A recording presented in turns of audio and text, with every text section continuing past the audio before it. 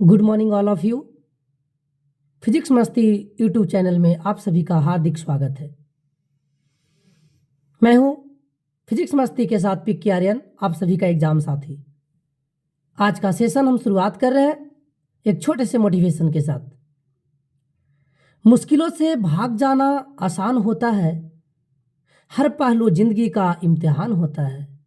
मुश्किलों से भाग जाना आसान होता है, हर पहलू जिंदगी का इम्तिहान होता है। अरे डरने वाले को मिलता है नहीं कुछ जिंदगी में, डरने वाले को मिलता नहीं कुछ जिंदगी में, लड़ने वाले के कदमों में जहान होता है, कदमों में जहान होता है। आइए मैं अपने सेशन की शुरुआत करूं। हमारा आज जो है वो मॉडर्न फिजिक्स का पार्ट 2 सेशन है। पहला प्रश्न से हम शुरुआत करते, अपने प्रश्न से चलते। हम पार्ट 1 कल के क्लास में किए थे, आज हम पार्ट 2 की शुरुआत कर रहे हैं। प्रश्न है विच ऑफ द फॉलोइंग, प्रश्न हमारा है which of the following is not fundamental particle. Sir अगर हम फंडामेंटल पार्टिकल की बात करें, हम लोग पढ़ के आए कि सर जो एटम होता जिसे हम परमाणु बोलते, ये 3 फंडामेंटल पार्टिकल से मिलकर बना होता है। एक होता इलेक्ट्रॉन, एक होता प्रोटॉन और एक होता न्यूट्रॉन। तो इसका जो राइट आंसर होगा वो ऑप्शन नंबर सी होगा, सही विकल्प इस प्रश्न का। आइए हम अगले प्रश्न की बात करें। अगला हमारा प्रश्न है time during which the amount of radioactive substance becomes half of initial amount. कहता है कि कोई प्रारंभिक मात्रा जितना होगा तो जितने समय में आधा हो जाएगा वो क्या कहलाएगा, तो हाफ लाइफ कहलाता है। और हमें पता है कि टी हाफ का फार्मूला होता 0.693 बाई लैम्डा। और ये जो लैम्डा क्या है सर, तो लैम्डा जो है वो डीके कांस्टेंट है। क्या है? Decay constant. आइए हम अगले प्रश्न की बात करते। अगला हमारा प्रश्न है Boolean expression of OR gate. देखिएगा ये लॉजिक गेट है, इसमें देखिएगा एक है जो है एंड, क्या है? एंड। एक दूसरा है जो है और तीसरा जो है वो है नॉट। हम आपको सिखाए थे, आपको शायद ध्यान होगा, हम सिखाए थे एंड बोले तो गुना करेंगे। हम आपको बोले थे कि एंड बोले तो गुना करेंगे, और बोले तो जोड़ देंगे, और बोले तो जोड़ देंगे, और नॉट बोले तो बार देंगे। हमने 3 कोड में आपको सिखाया था लॉजिक गेट को आसान तरीके से। एंड बोले तो गुना करेंगे, और बोले तो जोड़ देंगे, और नॉट बोले तो बार देंगे। तो देखिएगा पहला अपना विकल्प है वो विकल्प है A + B = C। वहाँ पे हमने बताया था आपको कि एंड रहेगा तो गुना करेंगे, और रहेगा तो जोड़ देंगे, तो और है इसलिए जोड़ वाला सिंबल हो जाएगा ऑप्शन नंबर A। आइए इसमें से एक सवाल और पूछ सकता, अगर हमारे एग्जाम में एक सवाल पूछे, कैसा सवाल पूछेगा? अगर पूछेगा कि सिंबल बताइए, क्या बताइए? सिंबल। तो हम बोले अरे और क्या चाहिए, तो बताए थे कुछ नहीं, बस हमें दिल चाहिए। तो और जो गेट होगा, लॉजिक गेट होगा, उसका सिंबल ऐसा दिल टाइप में होगा।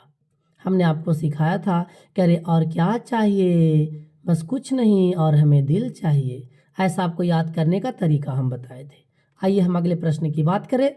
अगला हमारा प्रश्न है, कहता है which of the among following shows particle nature of light. देखिए मैंने आपको बताया था कि अगर हम लाइट की बात करें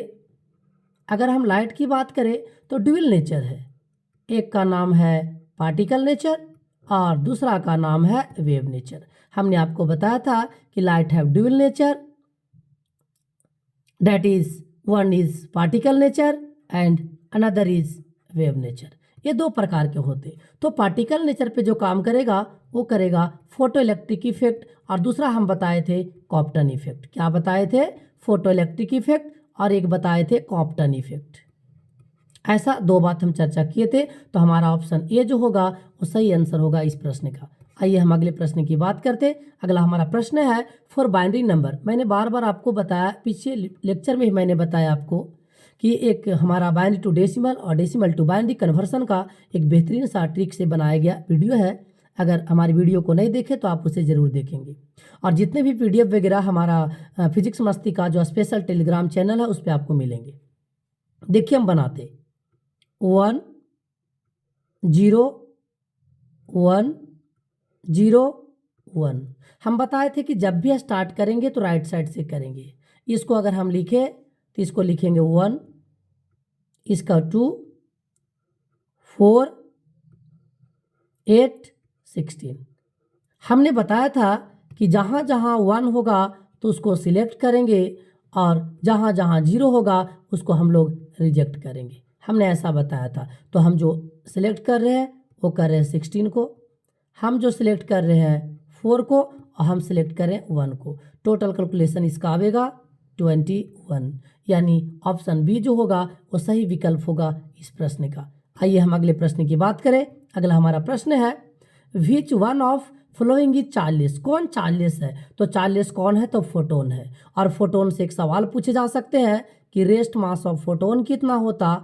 तो रेस्ट मास ऑफ जो फोटोन होता वो 0 होता। अगर हमारे पास सवाल पूछता कि फोटोन का रेस्ट मास कितना होता तो रेस्ट मास कितना होता 0। हमारे 2 मार्क्स में सवाल पूछे जा सकते हैं कि right the properties of photon. आइए हम अगले प्रश्न की बात करते। अगला हमारा प्रश्न है, कहता है द डेसिमल नंबर 27। देखिए 27 को तो हम बताए थे कि 27 को हम कैसे बनाएंगे। तो इसका 2 तरीका है। एक, आप 27 को ऐसा कर सकते, 2 से हम इसको डिवाइड कर सकते। देखिए 2 से लगाएंगे आएगा 13, 13 बार में ऊपर में 1 लिखेंगे। फिर 2 से लगाएंगे, यहाँ 6 होगा, यहाँ 1 होगा।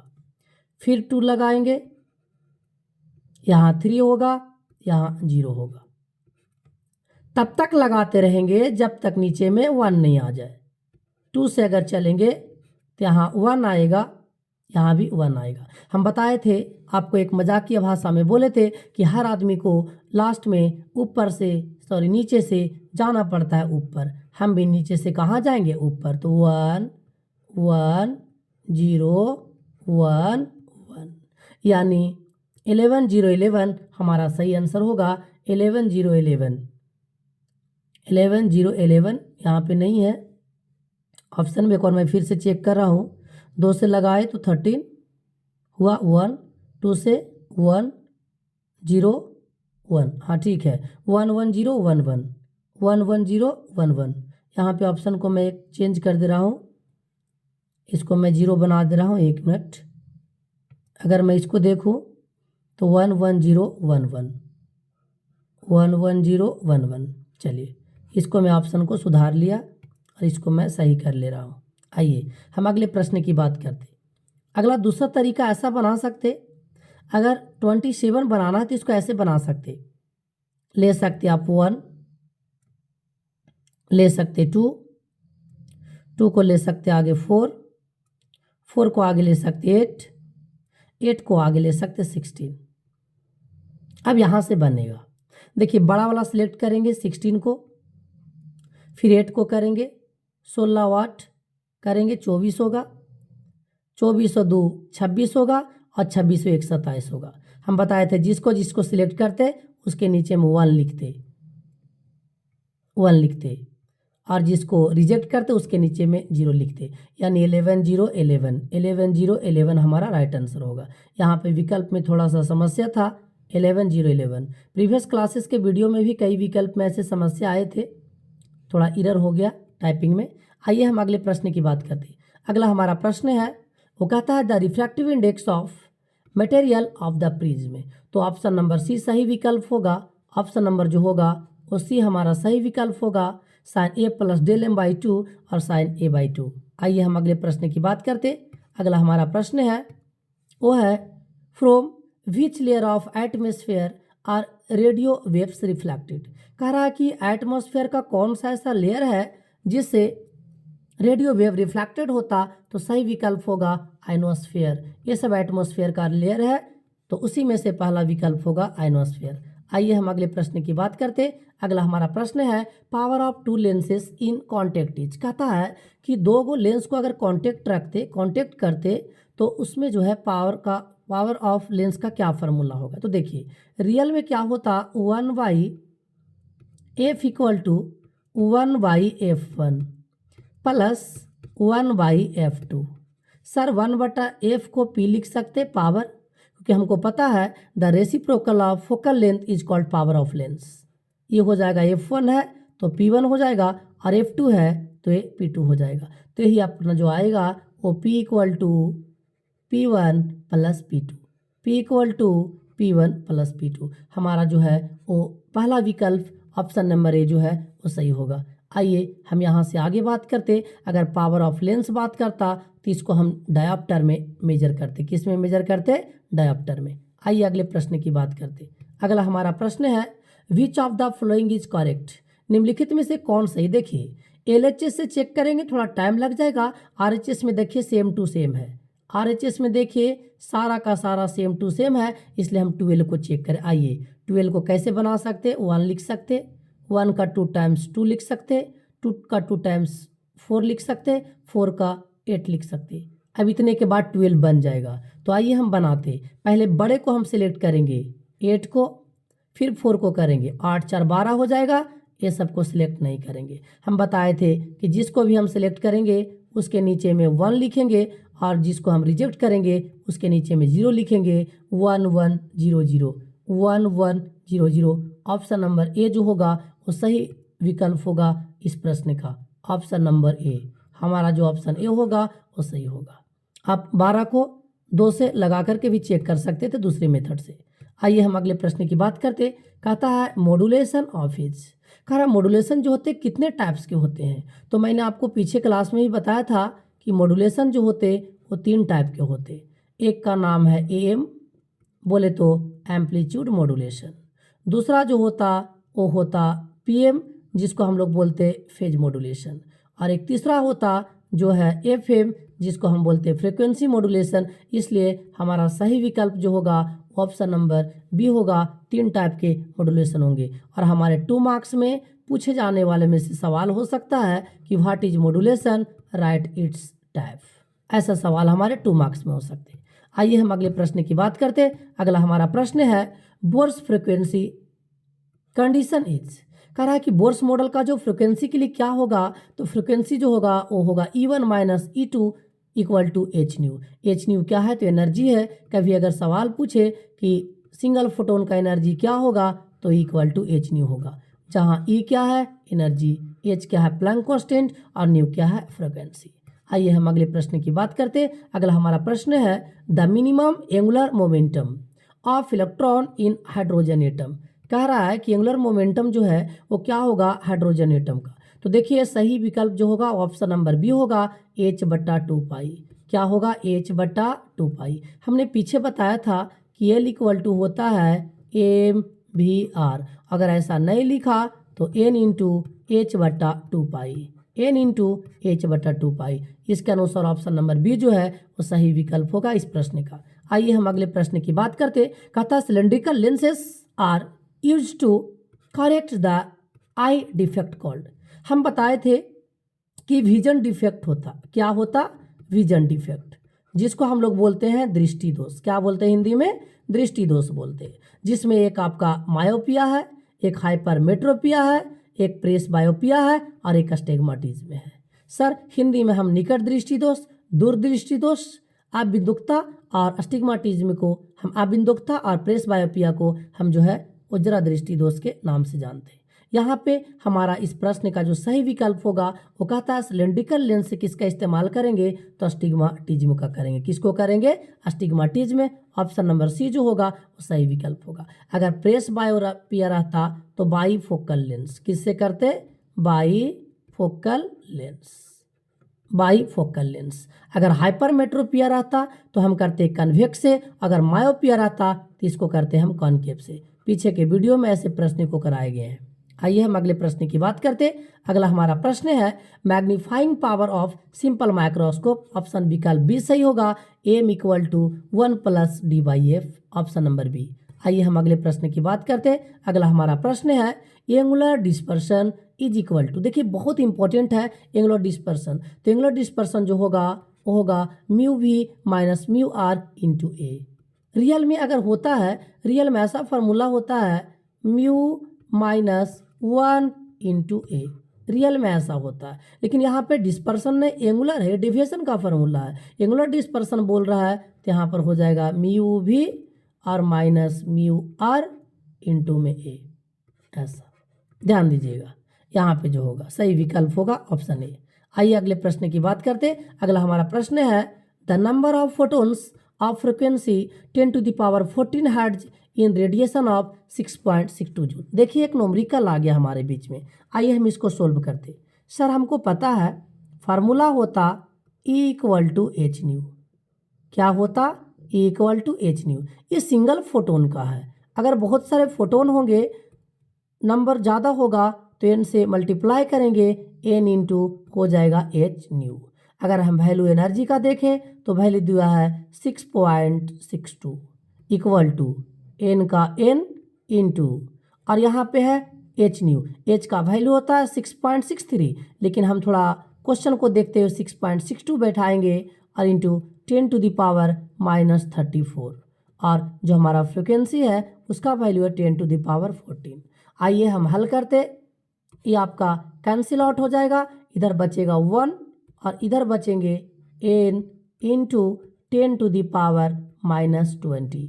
अगर यहाँ से n निकाले, n जब निकालेंगे तो 1 by 10 to the power minus 20 होगा। इसको एक लाइन और सोल्व करेंगे तो 10 टू द पावर माइनस 20 ऊपर जाएगा तो 10 टू द पावर 20 और हमारे प्रश्न का सही आंसर यही होगा 10 टू द पावर 20। 10 के पावर 20 जो होगा वो सही विकल्प होगा हमारे इस प्रश्न का, यानी जो सी होगा वो सही विकल्प होगा।